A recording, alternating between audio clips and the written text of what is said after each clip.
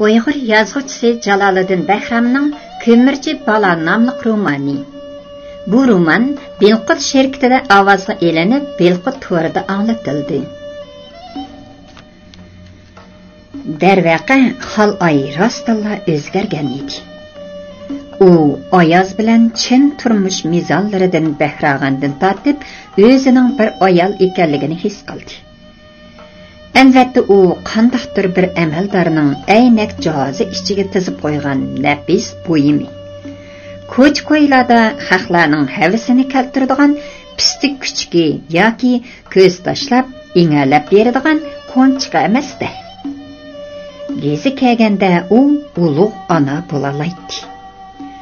Bir erning xizmatida bo'lib, Alloh yo'lida savob olalaydi. Albatta, er rozi, Xudo rozi degan gap emasmi? Biroq hozir u Nozirning gunohlariga shohid bo'lib, harom maishtidan o'zini bulg'ab, mushu kungacha bir unda, bir tunda yashab keldi. Ondan ko'ra qor bo'ron chiqamdi, 12 bal tayfin bo'rini ko'tirilamdi. Mayli qarar topsin, xalay ya qaynamdin chiqar, ya sayramdin.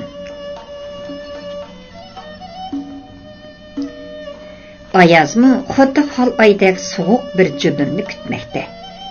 Bütün ügüllerinden, boğumlarından qor küç temip durgan bu berdem dehqan şeherdeki şahtallarını qo'liga bağlap qo'ygan ta'tir sügettek dachada oyqin, sayqin yürelmeydi. Turdi Hasanning chiroyiga qarab yolg'on hijiyib, og'zini ochsa, och kekirib, xoladan chiqsa, Abduva chilapcha tutib degandek erlik g'ururiga yo'ndi chechib keldi. Nozirning oli kuchiklari kep qolsa, kudi ko'pangni ep yo'qol deydigan yuzsizlik hech o'tirdi. Bu dacha tepilmasning xurmisi emas-ku. Bo'ldi, xal ayni elib chiqib ketsa, jenini jon etmamdi. 3 mo yer, 3 eg'iz uyni cheksiga tangsin. Bolsa-gu ota bovusdan qolgan chilalliqdagi yerdan olqanchilik bo'lsa-mu terib, ota onasining chirig'ini yoqqani savobli ish edi. Belqut xazinasi. Turdi Hasan o'zi yezib bergan hujjatni o'zi o'g'irlab, bemaslikning qozonini esvatsa, buningga nima degilik? Oq qushqashning targini yo'q, oshdan o'lgini yo'q, deb ota bobolarimiz bekor demagan. Xudoyim rizqimizni bir yerdan aytar. Dehqon davolashib o'tgan nadi bu? Yana kelib amaldor bilan. Bu xuddi o'lgisi kelgan choshqon mushukning quyruqini tishlagandakla hamoqatlikda. Shunga zamon sana boqmasa, sen zamonga boq debdikan. Mayli, xal ayla uning bag'rida bo'ladigan, butun jahon uning qo'ynida. Ayaz ana shundaq taq-tuqqa xiyollarga chirmilib o'ltirganida ishik chekilmayla bir tahsil langman ko'tirgan oyat kirib keldi. Bu Tolbostan voqeasi yuz berib 4-kunining kashligi edi. Bo'g'moq cho'kan qo'lidagi tahsini ustalga taqqa qo'ydi-da, o'zi supaga kelib o'tirdi. Ondan döp-tugilak ko'zlarini bir nuqtaga tikkanicha tumshuqlarini ushlab, uzungacha pushildab jimib ketdi. Ayazmi bu tul cho'kanning sukut bilan xiris qilishiga chidab undamay o'tirdi. Oyatbi, "Amisa, men gap qilaman. Quloqingni ding tutib angla" degandek bo'shqina yutilib qo'yib, giylanni rusladi. Necha vaqtdan beri qaysima desangiz, ayoliga bakmi sodiq erkan deb yuribdiman, dedi Oyat bu ko'zlarini alaytib. Aslida xal ay bilan oshnadarchiligingiz bor ekan emasmi? Ko'p kunduzda quchoqlashib, suyishgan yerda, Nozir Urumchiga ketgan kunlarda nimalarni qilishqininglar, oyoqdagi qetiqdak ap-oshkora ishda. Shunga meni puchuq sarga selib aldab ketdikansiz. Әмді әхліңізні жөріп, маңа әткәшкіше жауап бәсіңіз тәлейіңіз. Болмаса, bu dacıda turman deb xom xiyol qilmang. Oyat bu o'rnidan turib ishik tuyiga kelishi bilan Oyoz beshini ko'tardi. Oyat bu, menga әткәшкіше saqlab avara bo'lmang. Hozirla javobini berib etay. Qo'lingizdan nima kelsa shuni qiling. Menmu bu dacıdan zerikdim. Lekin sizmi ahlingizni cho'rib, menga xom tamadi bo'ladigan xom xiyollarni qilib yurmang. Oyoz hech ko'rilmagan tamkinlik bilan Oyatbo'ga tikilib turadi. To'liq ishonch bilan bu uyga kirgan bo'g'moq cho'kan Oyozni yig'lab yolvoradi, tizlarimni quchoqlab kuchlanadi deb chot soqqadi. Ammo hech o'ylamagan yerdan berilgan javob xuddi tosh to'qmoqdek kallasiga tegdi. Birdilla dimiqib, g'iqqiti bo'lib qolgan Oyatbo'ning ovozi anglandi. "Pa, qoltisiz siz." "Qoltisi texi oldimizda," dedi Oyoz ta'addi bilan. "Siz nozirga chiqim qilib puxadan chiqsiz. Men ayolim Oysimaning yurtiga ketib dehqonchilik qilaman. Xal ay ajrashib umu ketadi. Tanha qolgan nozirning bu yerda yashag'anining nima ahamiyati? Umu bu yerda turmaydi. Sizmi 300 so'm maosh, 3 vaqt sarxil tamoqdan quruq qilib, biz xaltingiz jimiydi. Kunda cho'loq katmaningizni ko'tarib etizga qatiraysiz. Qandoq qoltismikan?" Oyatbi uydan o'qchib chiqib ketdi. Bu sirliq suhbatdan keyin yana 4 kun o'tib ketdi. Qora bo'rondan hech xabar yo'q edi. 5-kuni Gugum bilan Turdi Hasan qaytib keldi. U Begzodani o'z uyiga akirvatgandan keyin Xoloy, Naima uchi choyxonada tamoqqa o'ltirishdi. Oyatbi 2 xil qo'rimi bilan o'rnanni tamoq shirasiga qo'yib bo'lib, o'zi oshxonaga kirib ketdi. Xotin, bola, uchi jimjit tamoq yeyishdi. Bo'libmi Xoloy bilan Turdi Hasan taqallashib qolgandan beri Turdi Hasan zaruriyat bo'lmasa gap qilmaydi. Ammo bakmo siliq sipoyi edi. Uning o'sha sipoyigarligi qo'rqinchli bo'lib, odavat o'tining shiddatli tutishayotganligidan derak beradi.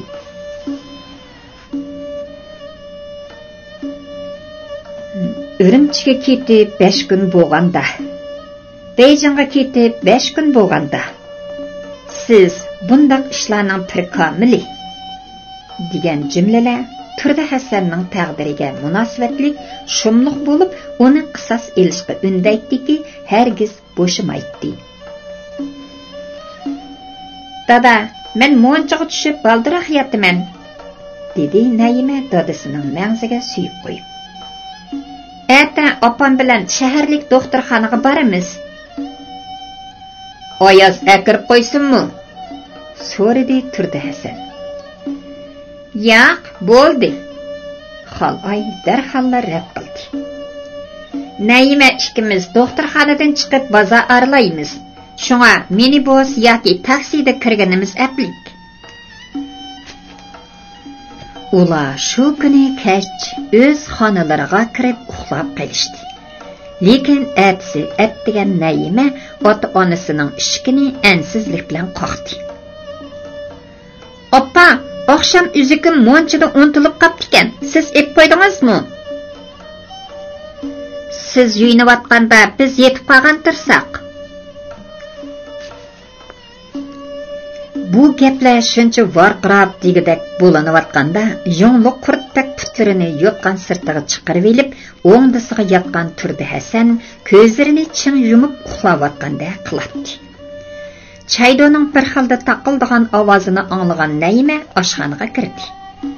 Oldiga tartib tortib olgan Oyatbi atdiganlik choyga qo'rimi tayyorligini qilyotdi. "Oyatbi hada, monchida uzikim qoptikan, ko'rdingizmi?" Naima xijillik bilan so'radi. "Tamoqni monchida atmagandan keyin kirib nima qilay?" oyat bu Naimaga qarabmi qo'ymadi. "Uyay!" Naima bo'sig'ida turib qoldi. "Nimandaq sesib kep qilasiz? Ko'madim desingizlar bo'lmadimi?" "Jinim Naima, xafa bo'lmang." Oyazg'i bo'lgan ochiqqa yanmagan oyat bu nima deganini bilmay qolgan edi. Uyda opam bilan bir nima deyishib qolgan. Shuning xafaligida sizga qattiq tegib sapdiman. Qarasam, axlat qatisi quruq turadi. Sizni to'kkili munchiga kirdimi ekan deyman-a? Bo'ldi, takallashmanglar. Hujradan chiqqan Xalqay Naimani mehmonxonaga akirib ketdi. "Siz Urumchidan kelgandilar. Qizim, bu qimmat baholiq uzukda qiladi. Yettirib qo'ymangchi-mi degan edim. Yuyunib bo'liblar yenib chiqibdiman. Endi dadingiz anglasa."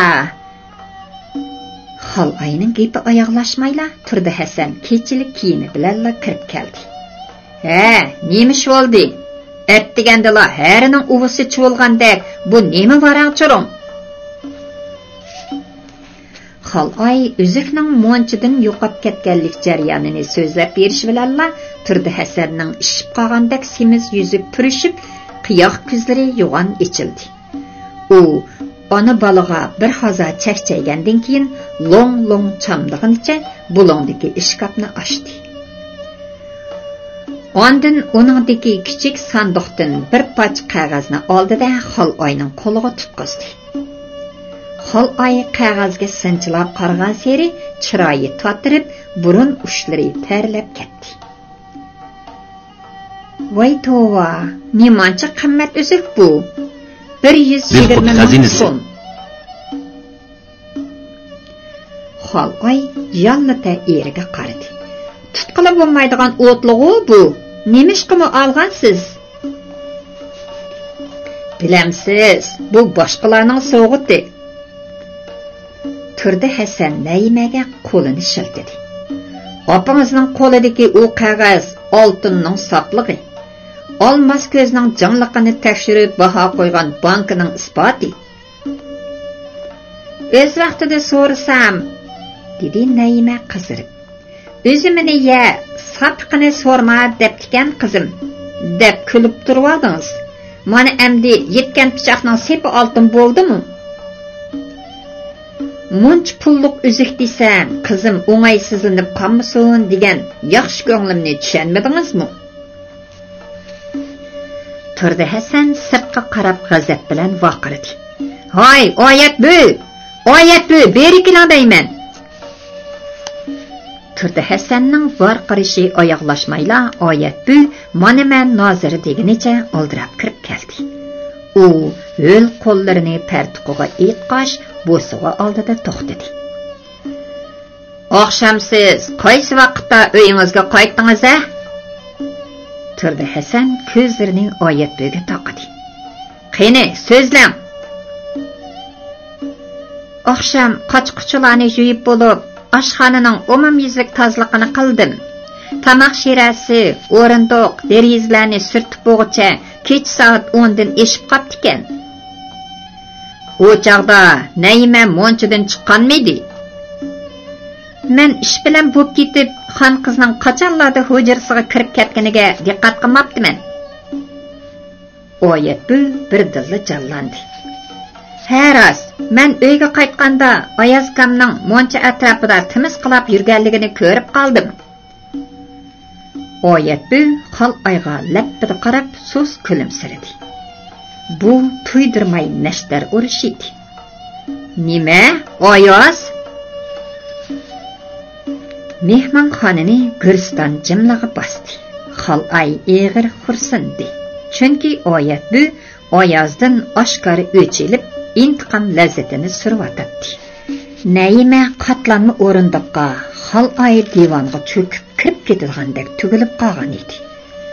Turdi Hasan o'tirgan o'rindiqni joqqita oldiga surdi-da, oyat buga qo'lini jo'natdi. "Bering, Oyaz degan dongonni chaqirib keling. Tez bo'ling." "Xo'p, Nazir." U qayrilibla chiqib ketdi. Oyat bu choyxonada turibla uy oldida qo'llarini yuvayotgan Oyazga vaqirdi. Oyaz, Nazir chaqirdi. Oyaz qo'llarini ikki qo'ltiqiga sirtibla yugurib degidek mehmonxonaga kirib, bo'sig'ida qo'l qo'shtirib o'ri turdi. U Xolay bilan Naimaning bechora holatini ko'ribla qora bo'ron chiqqan chig'i deb o'yladi. Hem oxirgi jangicha Xolayni qo'g'dashni ko'ngliga putdi. "Ha, degina. Kechada moncha atrofida nemish qilding?" Tunazir o'zlariga oyat. Men har kuni kecha soat 10lardan oshganda dachining ichini bir oylanib bo'lib, yer osti uyidagi parqazinni tekshiraman. Ondan moncha, ambar, darvoza, yer osti uylarining eshigini qulflab yotaman. Oqshom monchaxonaga kirdingmi? Kirdim. Axlatchiligi to'shib ketibdi-kan, uni axlatxonaga to'kib etib, ondan eshikni qulflab qo'ydim. Xo'sh, monchaxonaga kirdim degan.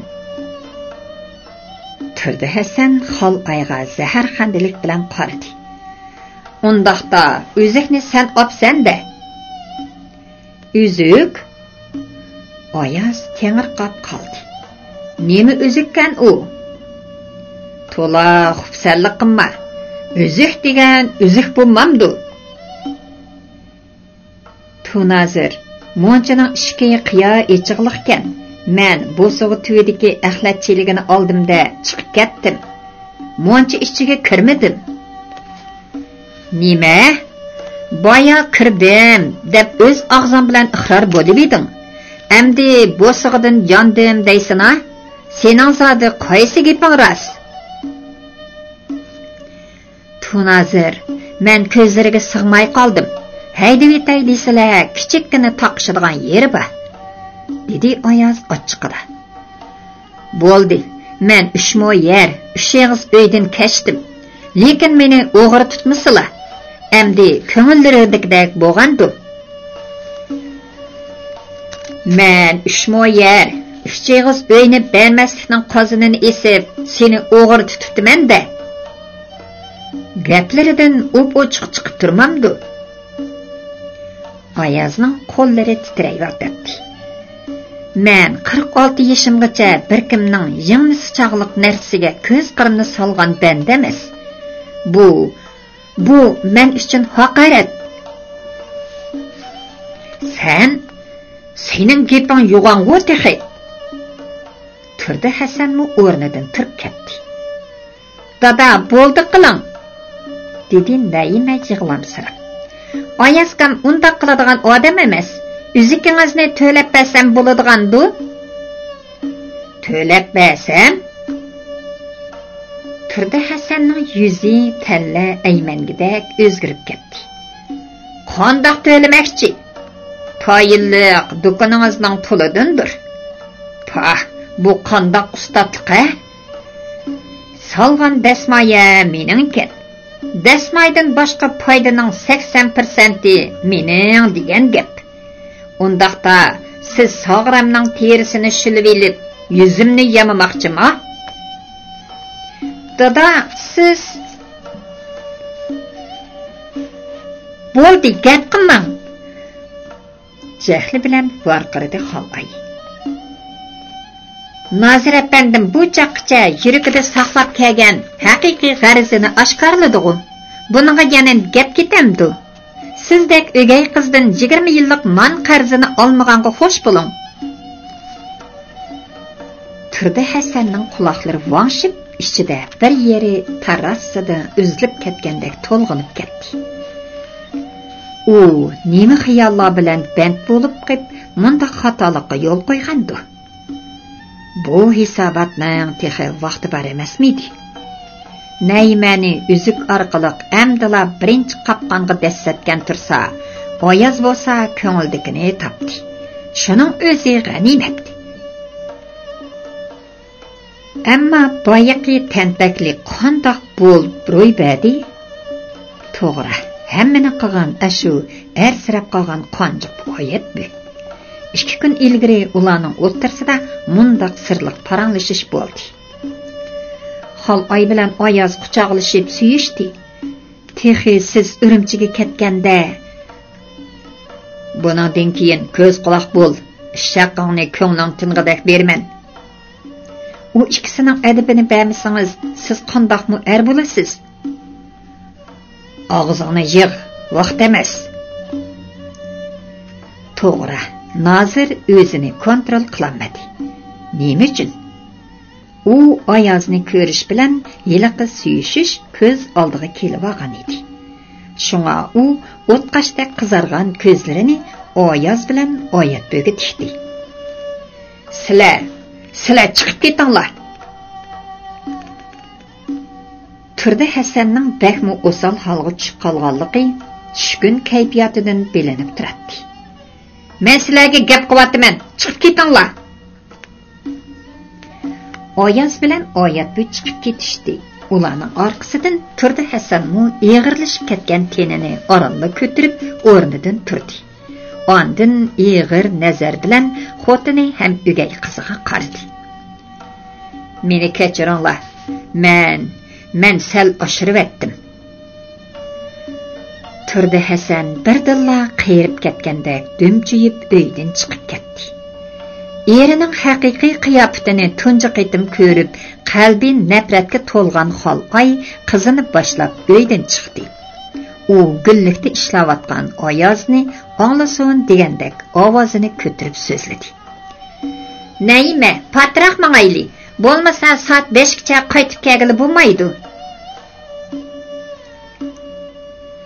Darvozadan chiqib oldidagi 200 qadamdak cho'kantal ko'chasida qo'ltiqlashib ketayotgan ona bolani mehmonxona derisidan ko'zlab turgan Hasan beshini chayqaganicha "Voy buzuqlar" deb tilladi.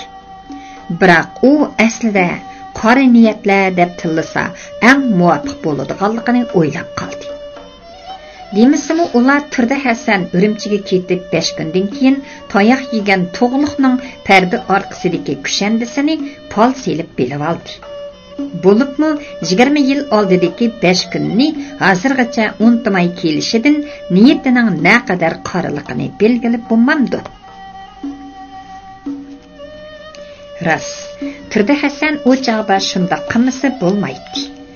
O'zidan 18 yosh cho'ng eridan nomus qiladigan Faxrnisa jeni suyingidek muhabbatga erishalmagandan keyin ko'chaga qaradi. U ko'chaga qaragan seri Turdi Hasan o'chki yog'larini eritib, ichsirini to'kib, eriq o'stanlardan maishat ko'liga kirayotgan boyliq manbalarini deb qo'ydi yoki uning bilan maqtandi. Faxrnisa jiq ishlarni bilib ketgandan keyin rastilla eriga tekib bo'ldi. Bu chaqlarda Turdi Hasan Xolayga xufiyana kuyib yurgan chaqlari edi. Shunga u Faxrnisaga ajrashish talabini qo'yib edi. Bu insofsiz xotin 5 eg'iz uydagi tamg'i qoqqan mixni talab qilmadi. Onundan boshqasining hammasini olaman deyishdan sirt yana naq 500 ming so'm bermasa bo'lmaydiganligini. Bo'lmasa reviziya komitetiga berib hammani deydiganligini jakarladi. Texi qiyriga tekkan cho'kanning xaridori bo'lmaymish. Shunga yoshlik baharini nobud qilgan Turdi Hasan cho'qim to'lam to'rilishi lozimmish. Oqibat Turdi Hasan Xolayning erini sho'pirlikqa qabul qilishda kelgusining yangi planini tuzdi. Bu to'limi nozik o'yin edi. Shunga u Mas'udni bir necha qatam qasdan uyiga boshlab kirib, yosh xotinining yuragini o'ynatib etdi. Shu orqali ularni bir-biriga bog'lab qo'ydi. Sharoit yaratib berib bilmasga soldi. Texi bu chaqqicha Faxrnisaning orqasiga selib qo'ygan oyg'oqchilarni amaldan qoldirib, ularning yuraklik o'ynashiga qo'yib berdi. Agar uning bu ulug'vor plani amalga oshsa, Faxrnisa o'zligidan ajrashib Mas'ud bilan ketadi. U chaqda tul qolgan Xolayni har amallab qo'liga qo'ndirib oladi. Әмма Мәс'удның хал айдан ажырашмайдыганлыгын білгәндән кин Turdi Hasan planını qayta o'ylashmasa bo'lmaydiganligini his qildi. Turdi Hasanning o'ziga o'xshash amaldor do'st yoralari bor edi. Ular ancha-muncha o'ltirish, choylarni qilib turardi. Lekin uning bu o'yinlari xotini Faxrinisaning o'yinlariga yarmoq bo'lmaydi. U har kunda bir qatim o'ziga o'xshash moda yoshlar yig'ilib tong atqichi o'ynaydi. Yuqori ovozliq yangrotqulardan chiqayotgan oli tag'il musiqalarga keltirib, har xil tansilarga, diskolarga tushadi. U chaqlarda Turdi Jujaning uyi binoda bo'lg'ashqa, varang-churung, naqshi musiqa, qiqas cho'qanning dastidan butun bino titrab ketadi. İdara xizmatchilari Jujaning yuzini qilib bir nima deyolmagani bilan pensiyaga chiqqan kadrlar yuz xotir qilmay hayvonisiga tillaydi yoki nazoratga inkos qilib Jujani gapga qo'yadi. Shunga Turdi Hasan bir necha qitim bundaq ranglik o'ltirishlarni azaytishni degan bo'lsa-mu, Faxrnisa "Savoqdoshlarim, emakdiki do'stlarim, cho'lpallar" deyish orqali Turdi Hasanning og'zini tuvaqlaydi. Xayriyat er-xotin ikkisining choy, o'ltirish, turli xotirlash yig'ilishlarining to'limi tayzi bo'lganligini dövilinib ketgan har xil ichimlik botilka qutilaridan bilgili bo'ladi. Hafta qarorda bo'ladigan bundaq ma'murchilik, tolqon to'ktilarni, hatto ba'zi eski tuski yig'adiganlarni bilib ketdi. Bu uyga botilka yig'adigan 50 yoshlar chamisidagi chochlari paxbaygan bir odam ko'nib oldi. U har kelganda har xil botilka, sovuq ichimlik qutilarini tog'iriga toshqizib akitadi. Ham Turdi Hasanga qo'sh-qo'shlab egilib, ta'zim qilib, o'zining sadoqatini izhor qilardi. Bir necha qitim u pivo, haraq botilkalarini, sovuq ichimlik qutilarini tog'iriga saytlayotganda, shofir Mas'ud Faxrnisani umakdan ilib keldi. Faxrnisa uyga kira-kirmayla Mas'udga esilib, qo'llaridan tortib opirib, har xil fasonda tushgan rasmlarini ko'rsatib, rang-garang g'iljanliqlarni o'xshitib etdi. Potolga yiqqichi Faxrnisa bilan Turdi Hasanga sing'ayan qarab, Mas'udga g'alitila olib qo'yadi. U Turdi Hasanga "Sen ko'ngling yaxshi, ammo yavash ekansan" deb ketib qoladi. Bir kuni Turdi Hasan uning tog'iriga potolkalarni selib bergach, mo'ngdishib qoldi. "Gap so'zingga qaraganda xeylilar saviyang bor ekan. Burun nemish qilatding?" dedi Turdi Hasan uning chor burutiga qarab. "Buni so'rab qoldingiz, boshliq." Potolka yiqqichi beshini chayqab kulib qo'ydi. "Aslida men bir idoraning kadri edim. Lekin ma'lum xatolik sababidan 20 yil kesilib ketdim." "Nima? 20 yil?" Turdi Hasan cho'chib ketdi. "Xatoliging nima edi?" "Mening xotinim sizning xotiningizdanmi yosh ham chiroyli edi. Lekin u boshqarma boshlig'imiz bilan avval yoshirin, keyin oshkora, noshayon ishlarni qildi. İdaradagilarning hammasi menga xayrxohlik qiladi." Potolka yiqqichi michchida yig'lavatdi-da, qop-qora yerilib ketgan barmoqlarida ko'zlarini surtdi. Keyin g'ururimga tegadigan ishlar bo'lavergandan keyin men u ikkisini mashinasi bilan portlatib etdim. Xotinim o'ldi. Boshlig'imiz umrlik miyib bo'lib qoldi. Nima bilan portlatib etding? Men asli oliy maktabning ximiya fakultetini bitirgan. Undaq narsalarni yasash menga sir emas. Turdi Hasan potolka yiqqichiga qiziqsinib uzun qarab ketdi. Lekin potolka yiqqichi g'alitila kulib qo'ydi. "Chiroyliqda vafo yo'q degan gapni kimlar debdi ekan? Ajabmi baland gap ekan." deb qo'ydi. Bu aralıq bir kechsi Turdi Hasan yomg'irliq chapinini kiyib uydan chiqib ketdi. U ostiga kahish yeytilgan tor ham agri bugri paskana ko'chalardan o'tdi. Chechilib ketgan har xil chirinda axlatlarning dastidan yerga dastigili bo'lmaydi. Turdi Hasan shuncha uzun yillardan beri mundaq mahalla ko'chalarni ko'rib boqmaganligini his qildi. Bo'ron jahonni yalmab etadigandak hulaydi. Shiddatli nari tartatdi. Orqadan yomg'ir to'kibdi. Tig' o'tmaydigan qorong'ulik edi. Turdi Hasan bir tup qoqshal daraxt tugida o'zini saqlab turgan qop-qora soyaga bir bo'loq bezga o'ralgan bir narsani berishi bilanla soya darhalla qo'yniga tiqdi. Orqadan Turdi Hasan pichirlab bir narsani sundi. Uning ichida mashina qo'yish uyining ham idora darvozasining ochqichlari bor edi. Shahardagi qor yog'ochliqda Mas'ud bilan Faxrnisa portlab ko'sayga aylangandan keyin heliqi botolka jiqquchimi iz deraksiz g'oyib bo'ldi. Albatta Xudoyim ol qo'lim devatgan bo'lsa, boy bo'lib ketgandir. Endi botolka jiqmisimi bo'ladi-da. Turdi Hasan aşı ko'ngilsiz ham vahimaga to'lgan ishlarni o'ylamay deydi. Biroq bu qitim xudini xolay aşı ko'ngilsiz jarohatni tatilab qonitib qo'ydi. Turdi Hasan mehmonxonadagi divanga cho'kib o'ltirib, jahonni yana qanchalik tasqaydikin bilgili bo'lmaydi. Ammo o'ylada kimningdir varqirgan xir-xiraq ovozini anglab, erinchaklik bilan o'rnidan turdi. U koridorga chiqib, tik palampaylarga qadam elishi bilan oppoq katman soqol, paxma qoshlari ostidagi cho'ng ro'shan ko'zlari o'ziga qobilib turgan tambal bir buvayni ko'rdi. "Ha, nemish? Kimni izlab kellar?" dedi Turdi Hasan kibri bilan. "Voy, kimni izdaytdim, seni izdamay. Ajab o'rdakdak o'zingga suv yo'qtirmaysan-a?" Buvay chiroyli soqolini sepab qo'ydi.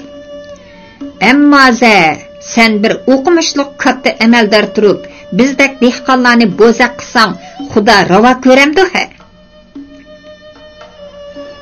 "Hey, oqsoqol, men kimni bo'zaq qildiman? Nimandoq oljoqi odamsiz?" "Voy, undaq odam tillima.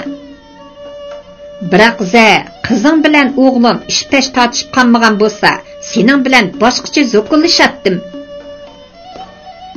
Buvayning so'zlaridan Turdi Hasan o'zini tinchab qoldi. Chunki u tug'liqning dadisi ekanligini bilib qolgan edi. "O'ziri ko'mirchi bolaning dadisi o'xshamamla?"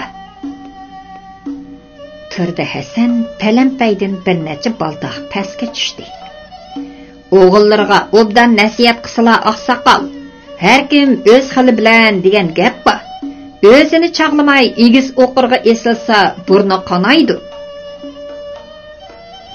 Shunga o'g'limni lukchaklarga urg'izibsan-da.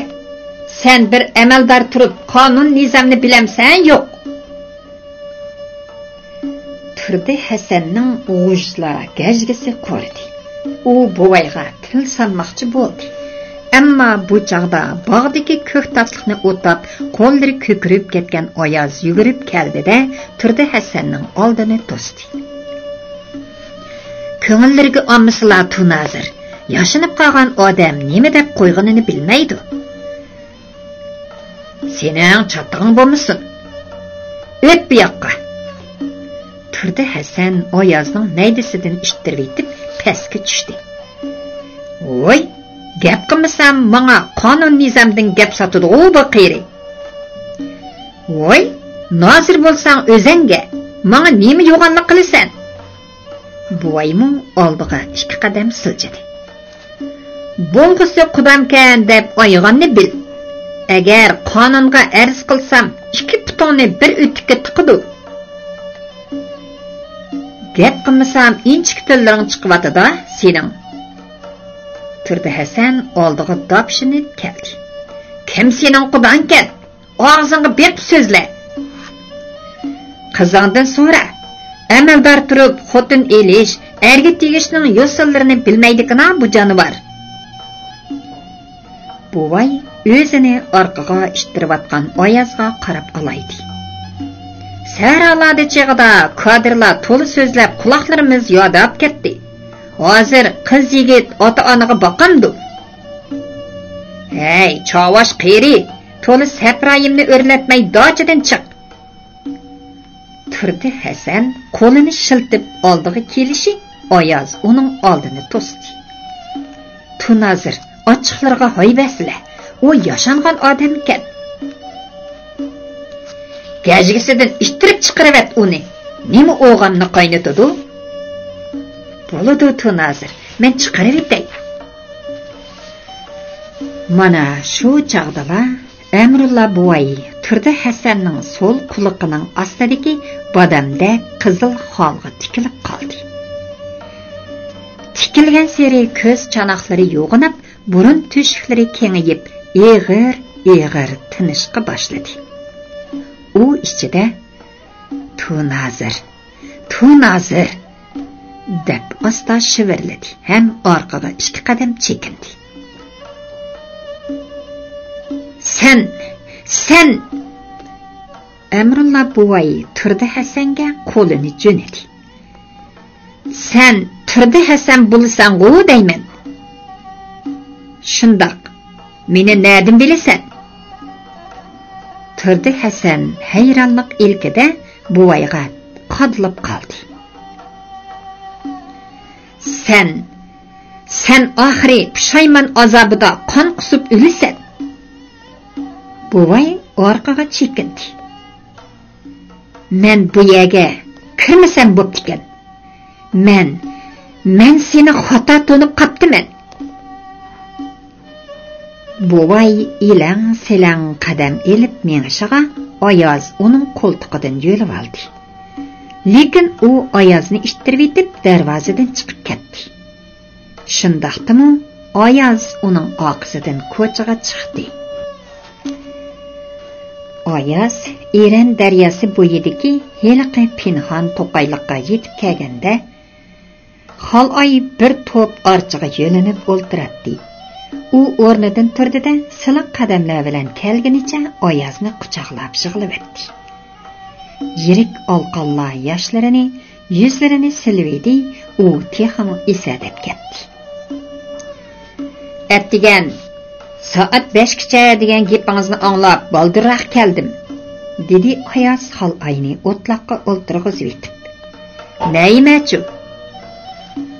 Men mashinadan tushib qoldim. U udilla tarsuga ketdi.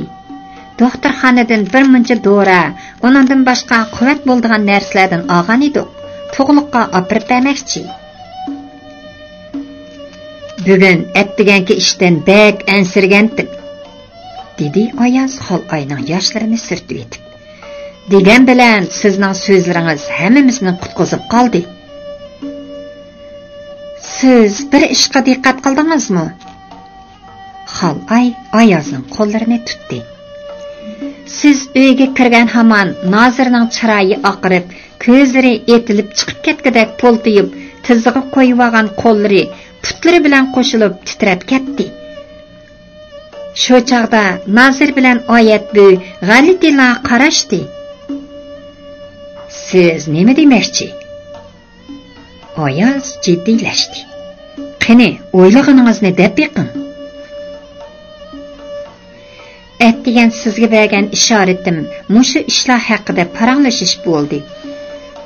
Xolay birdan jimib qoldi. Meningcha Oyat bu heliq ishni Nozirga deb bo'ldi. Siz Oyat buni uydan chiqarib etgan kunning ertasi ular bog'dan yal yemish ochqish bahonasida kirib ketib uzunda chiqdi. Nozirning chiroyi bilakchilar totirib ketgan edi. Nima? Oyaz cho'chib ketdi. Deb bo'ldi demsiz? Undaqda o'zingizni besib eling. Hozircha Nozir sukut qilib turib oldi. Xal ayning tovushi bag'an seri pasaydi. Meningcha uning koni kesili yana qo'zg'aldi bo'g'ay. Qandoq kesal u? Qisas elish kesili. Xal ay eg'ir xursindi. Bundan keyin xal ayni bir yer opirib keling deb mashinani basa, amal ba unimang. Bək tənlik selib turvasa yoki besim qilsa, mashinani tekshiring. Bo'libmi to'rmizni? Xal ay, nimalarni davatsiz? Oyazning teni shirkinib ketdi. Uncha vala emasdi. Siz ko'p ishlardan xabarsiz. Men u odamni obdan bilaman. Ular Erg'ay, Archa, Dub, Iran, O'sha ham ko'k teraklar bilan qoplangan o'rmon ichini asta aylang'ach, Iran daryosining qo'mush, yekan, yumshoq misl, chig'irtmoqlar qilin ham idiz o'sgan qirg'oqlarga yetib keldi. Iran daryosi bir xilda shavildab, lo'mshib oqmoqda edi. Ayaz Xalay bilan Naima shaharga kirib ketgandan keyin dochida yuz bergan ishni hayajon bilan so'zlab berdi. Amrulla buvay ham nozirlashqanlardan tortib, buvayning oxirida g'alatilar bo'lib, nima deganlarigacha hammani olib qo'ymadi. Xalay anglagan seri hayronlikdan uni ichiga tushib ketdi. Sen oxiri pushayman azobida qon qusib o'lasan. Men bu yerga kirmasam bo'ptikan. Men seni xato to'nib qoptiman. degan dahshat bezorliq ham nafratlik bu xitoblar buvayning "Sen turdi Hasan bo'lasan-ku" degan to'nishligi bilan munosabatlik albatta. Burun ularning o'ttirsida biror ish yuz bermagan bo'lsa, nima uchun buvay shunchalik g'azablanadi? Chiroyi o'msurin, harakatlari g'ayriy bo'ladi. Mana bu sirliq ham mavhum savollar xuddi singmagan tomoqdek hol oyni bearam qilib etdi. Uning esiga uzun yillar ilgari bo'lgan bir ish yodiga kelib qoldi. Turdi Hasan bilan hol oy to'y qilib uzun o'tmay Turdi Hasan mehmon chaqirdi. Hol oy oshxonada qo'rimi qo'rib, choy quyib yurib, quliqiga mundoq gaplar kirib qoldi. Turdi, Tarsuga xizmat guruhi bo'lib tushgan vaqtingda senpi kurashni behching tutib etgan o'xshaysan. Sen qaytib kelib, orqangdan bir necha dehqon arz avatibdi-kan. Men xatchaklarni bir taraf qilganda besib qo'ygan. Bilaman, 1962-yili 29-may vaqasida Sovetga qochqanlarning ota-onalarini, urug' tuqqanlarini bir qaytimdan g'alvirdan o'tkazishga to'g'ri keldi.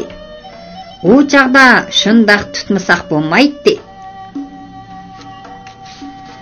Bo'lingan bu gaplarni Xalqay uzungacha unutmaydi. U eridan bir necha qaytim ko'chilab so'ragan bo'lsa-mu, u bo'ldi, ko'ni ishlarni chiqchilab nima qilasiz? debla gapni uzib etdi. Hatto Tarsu degan qayada deb so'rasam-u, ochiqlab qoladi. Aslida Turdi Nozir yoshligida Tarsuda turibdi-kanda, dedi Oyoz daryoda qo'lini yuvib. Biroq u nima uchun yushirdigandu? Heliqi og'aynisining gapining uranidan qaraganda Xalay xiyol bilan daryoga qaradi. U simpi kurashni ching tutib etib, bir qism dehqonlarga ziyonkashlik qilgan. Farzimcha, Amrulla buvaymu ziyonkashlikka uchirganlarning birisi. Farzingiz yo'lliqda qiladi. Amrulla buvay Nozirning quloq ostidagi qizil holini ko'ribla to'nib qolgan bo'lishi mumkin. Balli, to'g'ri dedingiz. Xalay qo'l yog'liqini Oyozga sundi. dastlabda diqqat qilmag'achqa takallashmagan. Bilqut şirketide ovozga elinib, Bilqut to'rida anglatilayotgan Uyg'ur yozuvchisi Jaloliddin Bahramning Ko'mirchi balo nomli romanini bugun mushayagacha anglatdik. Davomini atiki anglatishimizda davomli anglatamiz. Bu roman Şinjanning har qaysi joylaridagi Shinhua kitobxonalarida sotiladi. Do'stlarning bu kitobni sotib olib, saqlab qo'yishini tavsiya qilamiz.